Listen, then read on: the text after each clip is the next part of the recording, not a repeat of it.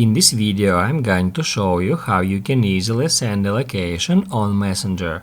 Be sure to watch the video to the very end so you don't make any mistakes. Let's get started, guys, and first off we need to open up Messenger. After that, enter a conversation, just like that.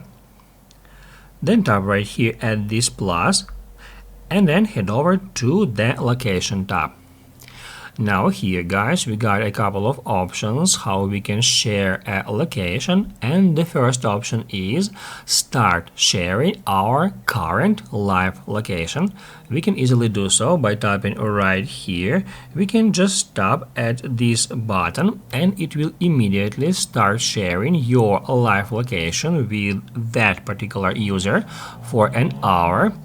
As you can see, down below it says 59 minutes remaining, so it is going to stop sharing your location after 1 hour has passed. And also you can manually stop sharing your location if you hit right here at this button. Also, guys, we can share any other location with our friend if we hit right here at that button. It will reveal that map. Here we can use this search bar. Here we can enter any specific name of a place or an address, and also we can in that way just search for a location we would like to share. I can choose, let's say, that one, and now to send it to our friend all we have to do is just tap right here.